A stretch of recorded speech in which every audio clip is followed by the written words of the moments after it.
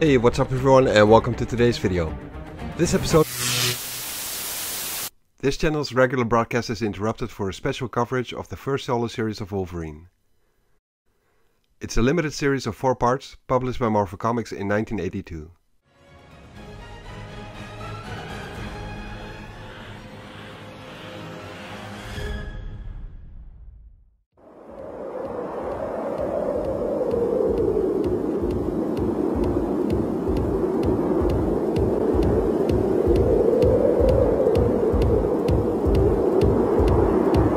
I'm the best there is at what I do. What I do best isn't very nice. Wolverine is in the wilderness of Canada, where he feels at home. Currently he is scaling a mountain in the Canadian Rockies. He's here on business. To hunt and to kill. Since last night, he's on the trail of a bear who killed 2 Mounties. He found their bodies right before dawn this morning. Or what's left of them rather. They never had a chance. Wolverine noticed the wind has shifted and can tell the bear knows he's coming for him.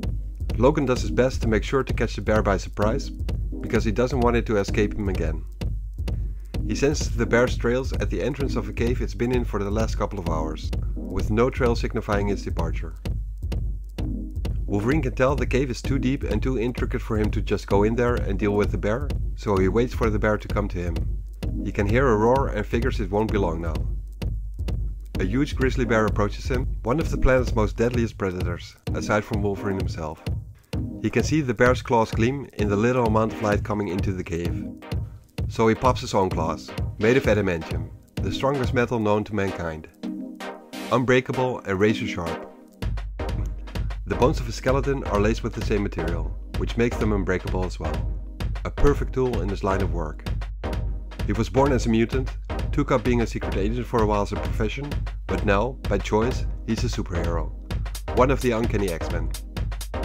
He attacks and slashes the bear, cuts his paw clean off halfway down the front of his leg, mortally wounding the bear, but the bear isn't dead yet. Far from it actually, as the rage is making it become a true berserker, with his fury giving it an almost irresistible power and endurance. Wolverine jumps on the bear and quickly finishes the job. He wished there was another way, but there isn't. He finds an arrow in the back of the bear. It's an illegal kind of arrow and tipped with a certain kind of poison, which didn't kill the bear but drove it insane instead. The hunter who shot the arrow could have finished off the bear but didn't. And because of this, 7 men, 3 women and 5 kids died. The hunter's stupidity caused these people to be killed. He pretty much murdered them himself, and it's time to settle the score.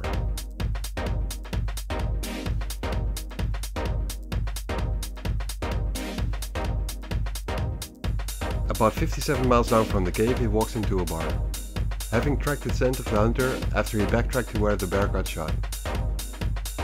He found him drinking at the bar right here. He tells the hunter that they're going to have a talk, but the hunter is not having it. He smashes his pint of beer right in Logan's face and is threatening him as he falls onto the floor. Wolverine was hoping for this to happen. He deals with him faster than he did the bear, but he lets this guy live instead.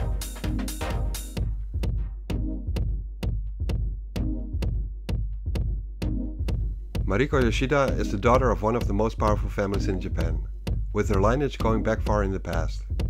From the moment he met her, they fell in love. Total opposites. After handing the hunter over to the authorities for his trial, and before heading home to the X-Men in New York, he found a pile of letters in the mail. His own letters, the ones he had sent to Mariko, returned to him. Unopened. So he phoned her embassy, but they told her she had been summoned back home to Japan weeks ago. He then called her home, but the people that picked up hung up on him. A bad move, forcing him to take the next flight to Tokyo.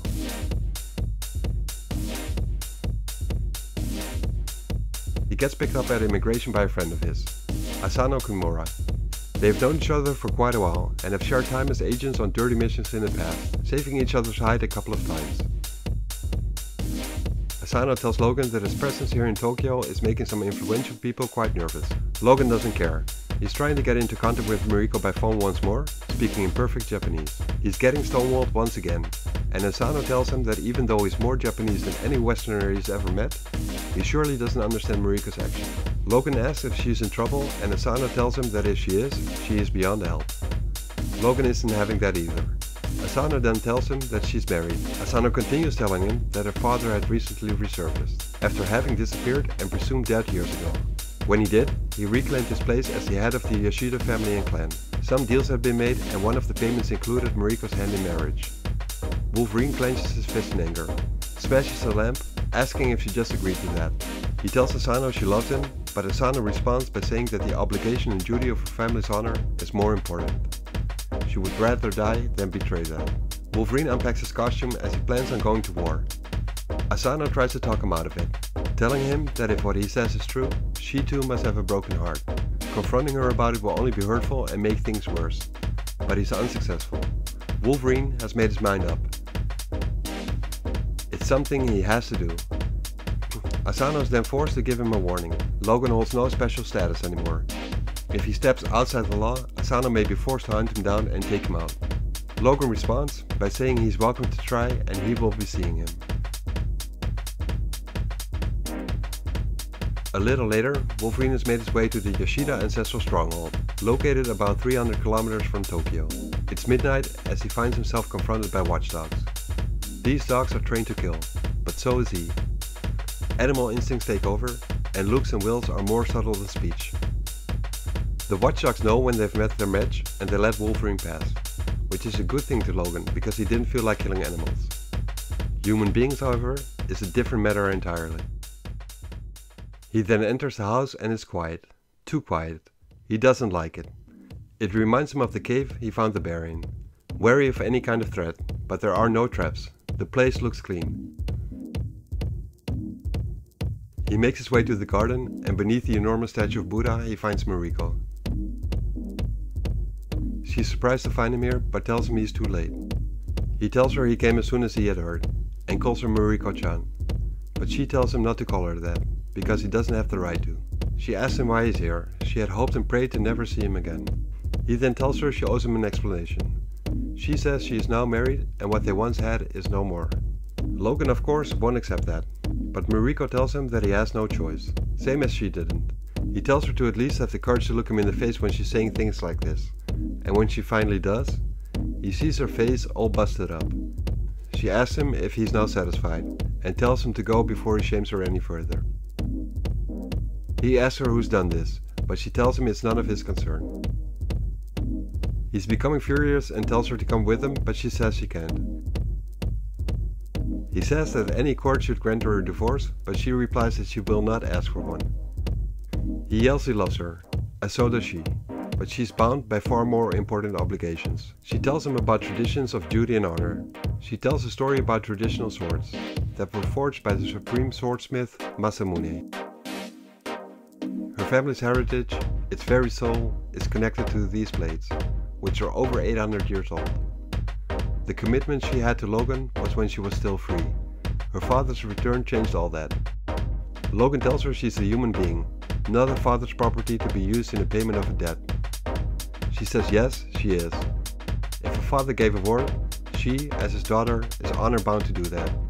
If he can't understand or accept that, he doesn't know her, or Japan at all. Another man then enters the room. It's Mariko's husband. He asks her what she's doing here, since she was told to wait in their apartments. He tells her that if she keeps disobeying his words, she leaves him no choice but to keep chastising her, until she learns her proper place. Wolverine then picks the guy up after these words, telling him he's just signed his death warrant. Mariko yells out and tells him to please not hurt him if he loves her. He tells her that he deserves it, for hitting her. If he doesn't stop him, he'll keep on doing it. She tells Wolverine it is his right to. Wolverine leaves, as he can't deny Mariko anything, and she knows it. There's a flight in the morning back to New York, and he plans on catching that flight. Someone has other plans though, as shurikens are thrown at him. Shuriken laced with poison, designed to kill him, but his mutant ability, his fast healing factor saves him, as it has many times in the past. He wakes up with his body still hurting from countering the very potent poison attack. He barely made it. He's being welcomed in Japanese by Lord Shingen Yoshida and responds in the proper manner, rude and disrespectful. Shingen has heard of Wolverine and knows who he is and what he is. Wolverine's senses are still scrambled from the poison's after effects as he tries to become aware of his surroundings. He knows he can take out the two sumo flanking Shingen, but he's not sure what's waiting for him outside. It's too risky to start anything now, especially with Mariko present. Shingen tells him he's arrogant for aspiring his daughter's hand. Their family is as old as that of the Emperor of Japan, with as much as a legitimate claim to the throne as theirs. But Shingen is aware of living in an age where things like that don't matter to many. As he throws Wolverine a wooden practice sword and tells Mariko to be silent, he tells Wolverine he should prove his worth by facing an old man in single combat. Wolverine asks why wooden swords and not real ones, but Shingen tells him that he's not worth holding true swords. Wolverine immediately notices that Shingen's movements are fluid and do not resemble his age. With Wolverine still being somewhat out of it due to the poison, he figures that it evens them out. It's been years since he's held a sword, and Shingen is an expert. And he cheats, by kicking Wolverine in the gut. Shingen knows exactly where to hit, striking nerve clusters and pressure points, spots that could paralyze or kill. He realizes what Shingen is aiming for and throws away the sword. Shingen smiles as he knows what's coming. Wolverine pops his claws, knowing Mariko is watching and does not understand what the father was trying to do. This is not a fight to simply humiliate Wolverine. Shingen is in it to kill. He attacks and Wolverine isn't totally in it and only cuts cloth and flesh. Shingen strikes his spine. It doesn't hurt much, but his legs do go numb. And it's followed by a strike to his throat. The battle continues and things get worse. No matter what Wolverine does, it's obvious there's only one outcome.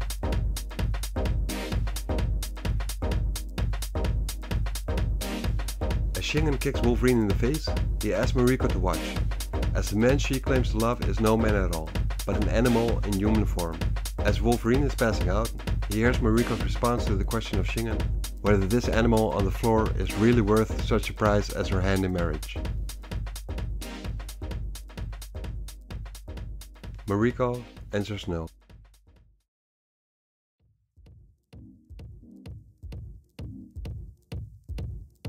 Once Logan wakes up, humiliated and beaten, he can still see her face, see the sorrow in her eyes and hear her voice. It hurts, his very soul shattered by the experience. He is being approached by street thugs, who think he's wasted from drinking too much. They intend to keep the streets clean from the foreign filth who do not know how to behave. Logan mumbles that he doesn't want any trouble, but they respond that they do, as they get ready to attack him with their knives and clubs. But they're being dealt with even before they can get a blow or stab in. They fall to the ground, partially on top of Logan, with knives in their backs. Logan figures it's his friend Asano rescuing him, but he is wrong. He's being grabbed by his face, being told to get up in Japanese. It's a strong woman and Logan is helpless. Something which turns her on as she tells him he's seen better days, but his luck is about to change. And she adds that he is hers, now and forever.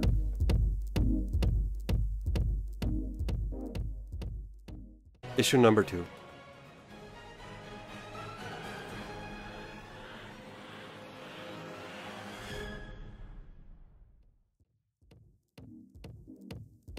Wolverine is being woken up by a woman, but he can't quite place her voice. He wakes up slowly, still hurting, but can't really remember what happened to him. The woman sounds frantic and terrified, and once he finally opens his eyes, he sees why. They are surrounded by several ninjas. Wolverine attacks them and manages to take them outside in a melee. The problem is that outside there are more ninjas waiting for him. A lot of them. The lady introduces herself as Yukio and explains to Wolverine he owes her his life. She tells Logan that these ninjas are professional assassins from the clan of the Hand. Slowly, Wolverine is getting back into it. He remembers where he is, what he came to do here, and what had happened to him. His superhuman abilities as a mutant, but also his adamantium implants help him survive the attack. Wolverine and Yukio get separated as she gets cut in her arm by one of the ninjas. She doesn't make a sound, but her arm is pretty much useless. She drops to the ground and one of the ninjas moves in for a final blow. So Wolverine takes out his claws and uses them on the ninjas around her, drawing in the others in the process. Yukio is familiar with the Hand and figures Wolverine doesn't stand a chance. But Wolverine dealt with him accordingly, standing over a pile of ninjas with himself only having a couple of cuts.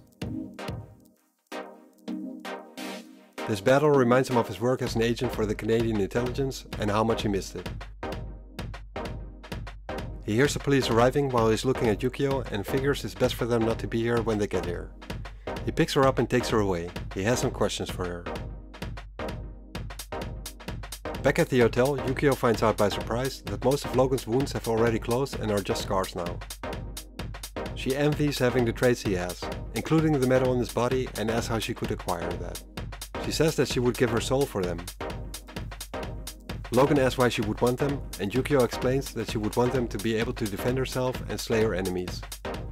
Wolverine asks her how she got on the Hand's bad side, and Yukio explains she fears their master, who is a crime lord with ambitions to rule Japan, to become the power behind the throne.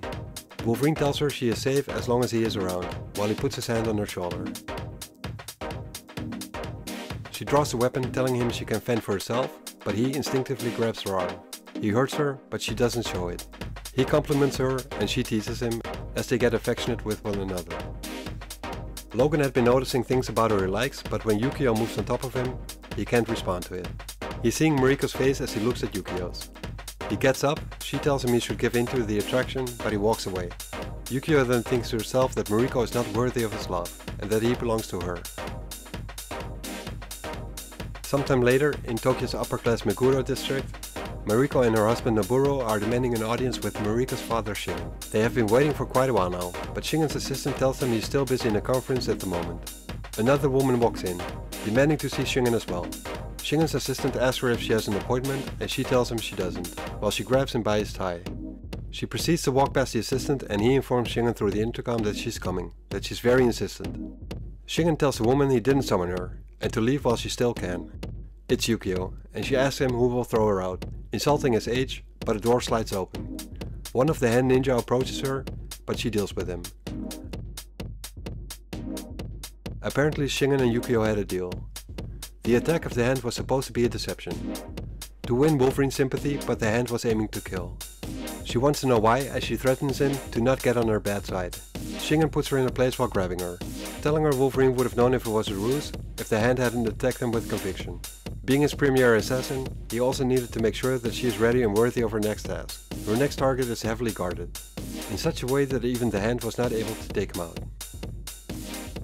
He tells Yukio that her next target, Katsuyori, will be in a supposed peace conference with Mariko and her husband and will figure himself safe with her being there. That's when Yukio should strike.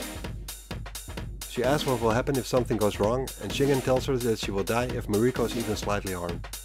He tells her that after this task is done, he wants her to deal with Wolverine as well. Yukio complies, telling him that both men are as good as dead.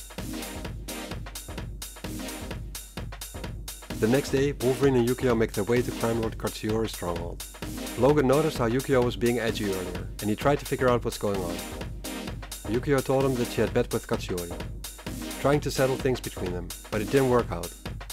She tells him there's only one way to save her, and that's to take Katsuyori out.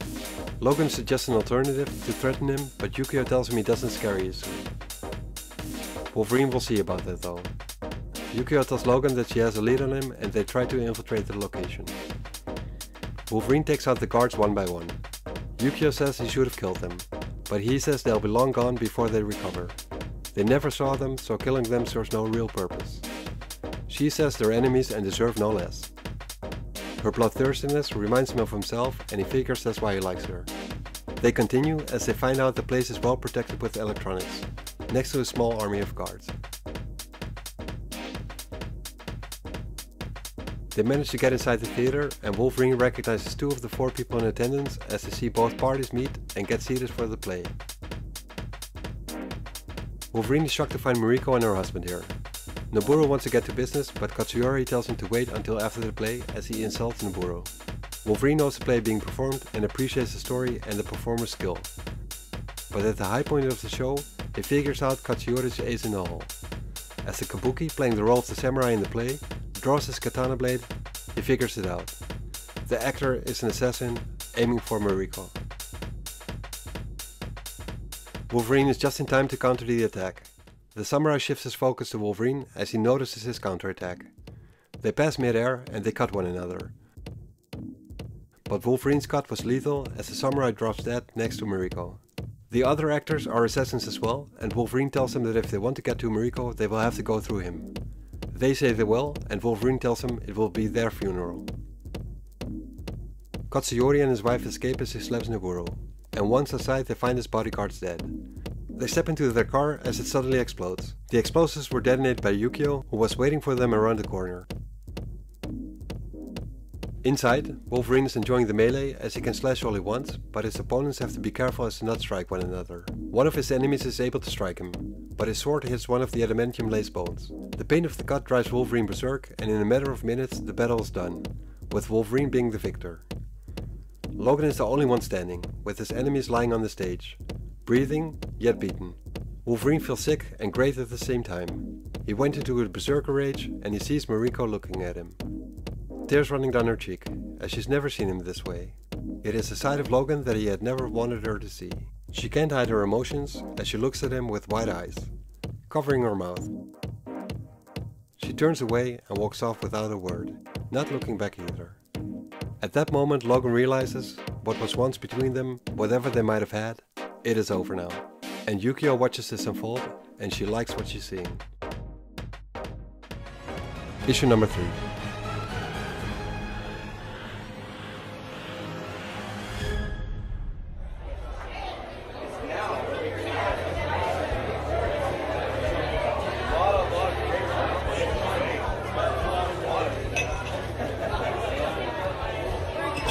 Logan is releasing some tension in the way he prefers. Getting drunk in a bar and engaging, certainly not shying away from, violence. Point in case, a former professional sumo wrestler who got barred from the professional ring and now makes his living by illegal fights in barrooms. He did not take Logan's challenge seriously, but that quickly changes as Logan picks him up and throws him outside the bar through the window. As Logan and Yukio make their way outside, Logan's friend Asano is waiting for them. Logan, even though he's hammered, instantly notices Asano, who himself is an agent for the Japanese Secret Service. Asano is trying to recruit Wolverine, but he is not having it. Trying to urge Wolverine to take part in a Black Ops mission and putting his hand on his shoulder, Wolverine threatens Asano to take his hand off him, or lose it. They go their separate ways, and as Wolverine and Yukio continue their way through Tokyo, they are being stalked by more ninjas of the Hand. At a certain point, Wolverine and Yukio arrive at Yukio's secret place. A railway in the middle of nowhere, and being drunk, Wolverine loses his balance and Yukio tries to catch him, but can't keep Wolverine up. They fall, with Yukio ending on top of Wolverine, and they kiss. Suddenly a bottle falls and Wolverine notices a vibration and a subsonic rumble in the air. Being hazy and intoxicated, it takes him a while to realize that they've ended up on the railway track of a bullet train. Wolverine asks Yukio if she's crazy and if she wants him to die. And Yukio asks him what it matters, because they will eventually anyway. And until then, she wants to live life to the fullest. Living on the edge, and to die spectacularly. And she tells him he is the same, whether he admits it or not. Logan passes out and Yukio tells him to just sleep, and that she'll protect him. He has a dream, a nightmare. The dream has facets of his recent experiences while in Japan, set in a historic setting, but resembling his current adventures and drama. Him trying to get Mariko's hand, but being insulted for not being worthy of her love, her hand or her life. For being an animal, a beast. With Shingen standing behind Mariko as she shoots the final arrow through his body and soul, dumping him back into the abyss he had struggled himself out of so long ago.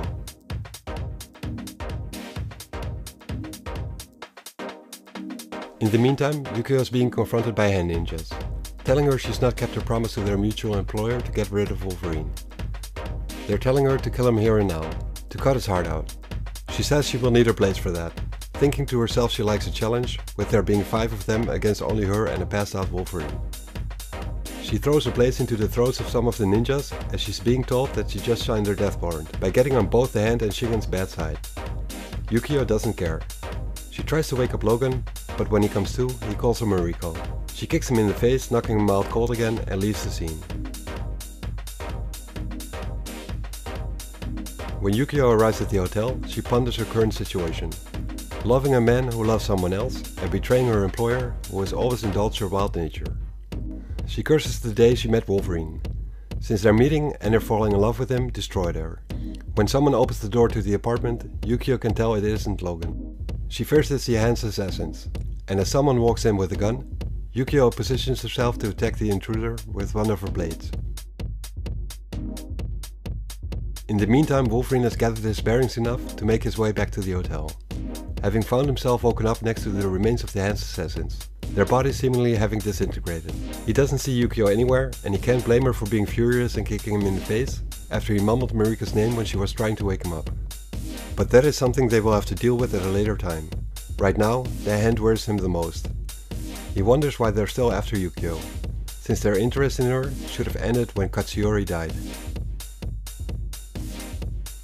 When he enters his apartment and calls Yukio's name, he finds someone else instead. It's dark in the apartment, but Logan's heightened sense tells him what's inside. It's his friend Asano, who is lying dead on the floor, with one of Yukio's blades sticking out of his neck. One of his oldest and best friends, which he doesn't have many of, is dead. He hopes it was all a mistake, but when he grabs the blade and sniffs it, he finds a familiar scent on it. It's the same scent he noticed when he was poisoned with the shuriken on the night he went to see Mariko. On that night, Yukio was the one who ambushed him. Apparently she was working for Shingen all along. She had been lying the whole time, setting him up every single time. Yukio calls out for Logan, and he tells her she'd best kill him now, because she will not get a second chance. She makes a sound that resembles a laugh and a sob at the same time. She makes her way out of the apartment through the window, making her way through Tokyo on the rooftops as Logan follows her. She becomes one with the night and moves around fast, sure-footed and daring, flowing without hesitation and succeeding with every movement. Wolverine cannot help but admire her. He's dead on her trail, hearing her through the sounds of the street, smelling her scent through the chaos of Tokyo's air. Pieces start falling in their place during the chase. Shingen is the crime lord Asano was needing Logan to take out. Katsuyori was the final crime lord standing between Shingen Yoshida and total control of the major gangs in Tokyo. Yukio, as an employee of Shingen, had conned Wolverine into helping her getting to Katsuyori so he could be killed. Logan followed his heart and she killed his longtime friend. They finally end up in a location that resembles a Japanese garden inside a building. Wolverine tells Yukio the race is over now. She then asks him if she is to die now, and Wolverine responds to her by asking her if she really has to ask him that, after all she has done. As he takes out his adamantium claws, she tells him he cannot kill her. They are two of a kind, soulmates even, born rebels who make their own rules, living in a society they had no place in and which, in return, has no place for them. She tells him she loves him, as he does her, and if he kills her, he kills himself. Logan thinks to himself how she's right, and he then tells her that maybe that's exactly what they both deserve, as he gets shot with an arrow that pierces his forearm. The Hand has surrounded him and they capture him by binding his limbs. Yukio watches this scenario and Logan notices she's scared. He thinks she's more scared for him than for herself. She should have known better though. The Hand attack Wolverine, as he pulls on one of the ropes to drag one of the ninjas towards him. A massive fight ensues, and he kicks, punches, stabs, pulls and throws the ninjas one by one. He gets hit by himself as well, but when the dust settles and the fight is over, Yukio is gone. No surprise there, of course.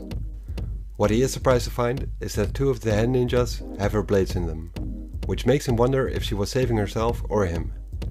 He takes a look at his surroundings and recognizes the theme of the garden.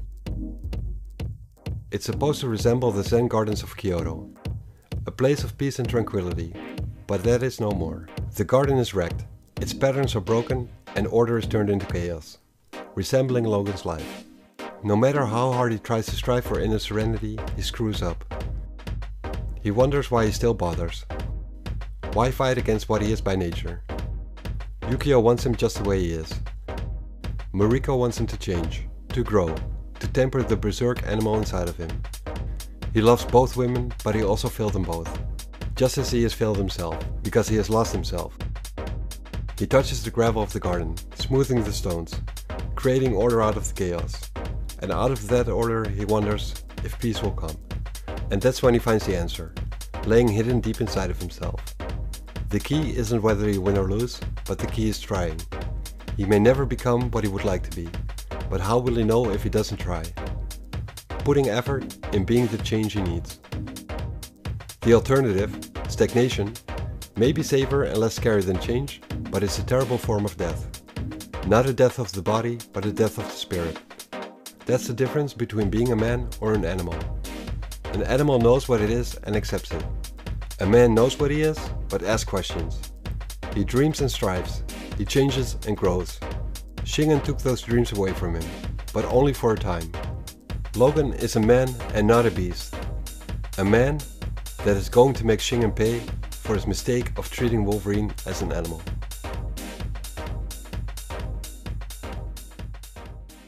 Issue number 4.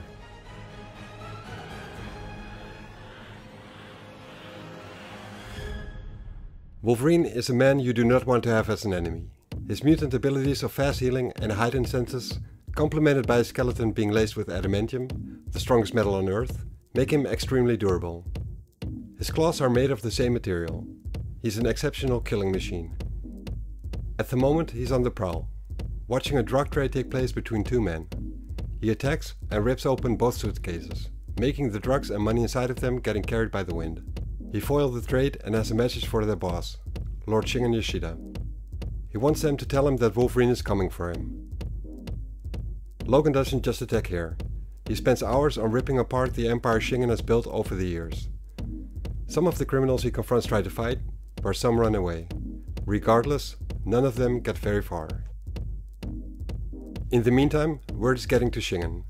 His empire is crumbling and he's starting to lose respect. The gangs under his control are starting to fear his enemy more than they fear him. Shingen is convinced his finest ninja will take care of the situation. He's convinced that Wolverine is as good as dead. That's when a package arrives. Shingen says to open it right here and now. The box has ninja hoods in it and a note, and the note is simply saying, "Tonight." That's when Shingen realizes he has underestimated the situation. He gives the order to summon the Hand Clan, to tell them an opportunity has presented itself to avenge their fallen clansmen. When asked if it's wise for Shingen to stay around for the battle, he responds by saying it'll be necessary, that his life is nothing without honor, and he's faced and dealt with Wolverine in single combat before, but this time he will kill him. Back in his hotel, Wolverine has gathered the weaponry left by the ninjas he's taken out. Thinking about everything that has happened to him since he came back to Japan. Every loss, heartbreak, betrayal, and the crushing of his spirit. He's setting out a plan to execute his revenge, knowing that in the process he will most likely lose both women he has fallen in love with. In the family history room of the clan Yoshida, deep within the ancestral stronghold, Mariko is asking herself what she should do, what she can do. She realizes her position in regard to the return of her father, her getting married to her horrible and abusive husband only to satisfy obligations her father had incurred, regardless of her love for Wolverine, honoring her family's traditions and obligations in the name of an evil man, a crime lord, her father. She doesn't know what to do and desperately asks her gods and ancestors for the wisdom needed to figure out what next steps to take. Somewhere else, one of the hand ninjas finds out the watchdogs around the estate are dead, only to get taken out himself. 3 blades in his back. Yukio's blades. As she continues breaching the castle, she's being watched by other ninjas, having her dead in their sights. One of them aims at her with his bow, but they do not attack her. Not yet. Shingen has given orders to take her out alive, so they let her continue while they follow her, until they are able to catch her in a net. They seize her and bring her before Lord Shingen. Mariko heard the commotion outside and enters the room of her father, wanting to ask what's going on. He tells her to come in because there's a lesson to be learned here. They, Yukio and Mariko, have something in common. An affection for Wolverine. Something, Shingen says, he will cure them both of before the night is ended. He reprimands Yukio for not obeying his orders to kill Wolverine, and Yukio tells him he should have just let Wolverine be. He had reached a point where he did not care about him or his daughter anymore. Yukio and him were happy together, just the two of them. Shingen tells her it's not about Wolverine, as much as it is about her disobeying a direct order to kill him. Yukio tells Shingen she belongs to no one and she does as she pleases. He asks her why she came here, and she responds by saying she killed Wolverine's friend. Shingen takes out his blade and asks her if she wanted to make amends by killing him, to balance the scales. He strikes with the blade, but cuts Yukio loose and asks her to come for him then. He punches her in the gut, hard, kicks her in the face, complimenting her while trampling on her, easily punishing her for her treacherous ways. Mariko interrupts him, telling him he's killing her. Shingen tells her that obviously he is, and he tells her to not get in his way. That's when Shingen gets hailed on the radio. Someone is trying to reach him. All of the sentry ninjas have been taken out, killed, as they disintegrate into nothingness. Wolverine has arrived. Noburo, Mariko's abusive husband, has heard enough. He tells Shingen he can stay here all he wants, but he prefers to be alive, as he takes Mariko away and pulls the gun. Mariko resists, and Noburo tells her he's not in the mood to argue. That's when Wolverine arrives and tells Noburo he's heard what Mariko wants. She wants to stay. Feeling threatened, Noburo points his gun at Mariko's temple, telling Wolverine to not make a single wrong move or he will shoot her. He tells Wolverine to step into the lights where he can see him more clearly, and as Wolverine does, Noburo pulls the trigger, shooting Wolverine. But Noburo himself gets hit in the back by Yukio's blades. Yukio uses one of her blades to cut Mariko, but only her clothes, using it to stop Wolverine's bleeding for the moment. She tells Logan with a kiss that she would like to stay, to fight by his side, but Logan says she can't. She leaves instantly. Logan can never forgive her for killing Asano, but she just saved her rival, his love, Mariko, and for that he can never repay her, so he lets her go. Mariko is at a loss for words and Wolverine leaves her to follow Shingen. She knows damn well what comes next, the final showdown. A duel, but this time with real swords, not wooden swords.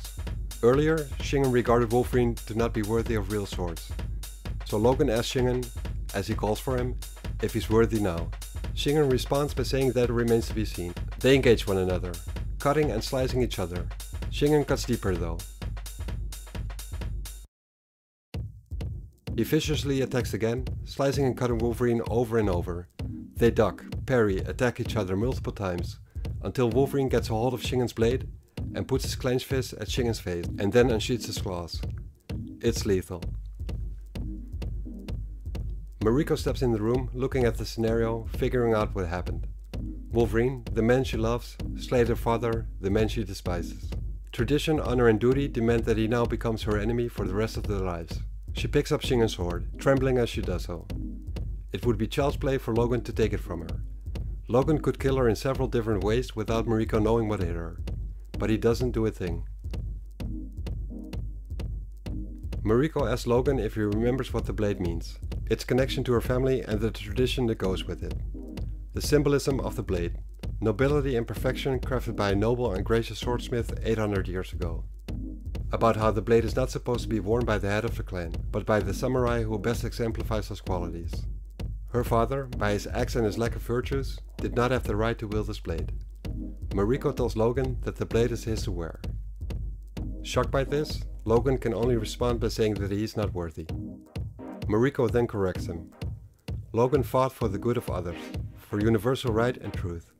Unlike her father, who fought merely for greed and survival. Logan persevered, even though he knew it would cost him everything he holds dear.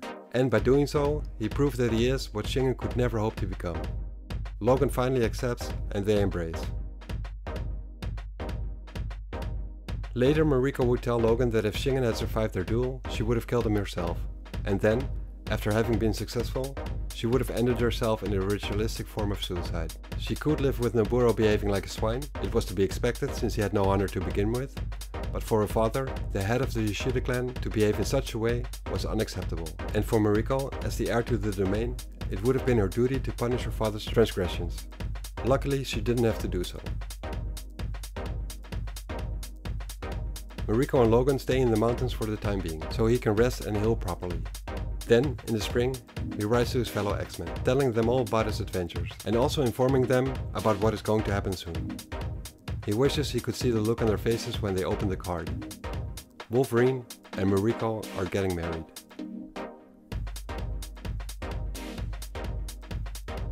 Thanks for watching this video and I hope you enjoyed it. You can help growing this channel by hitting the like button and by subscribing if you haven't already subscribed. This tells YouTube that the videos I'm making should be recommended to others and would be very much appreciated.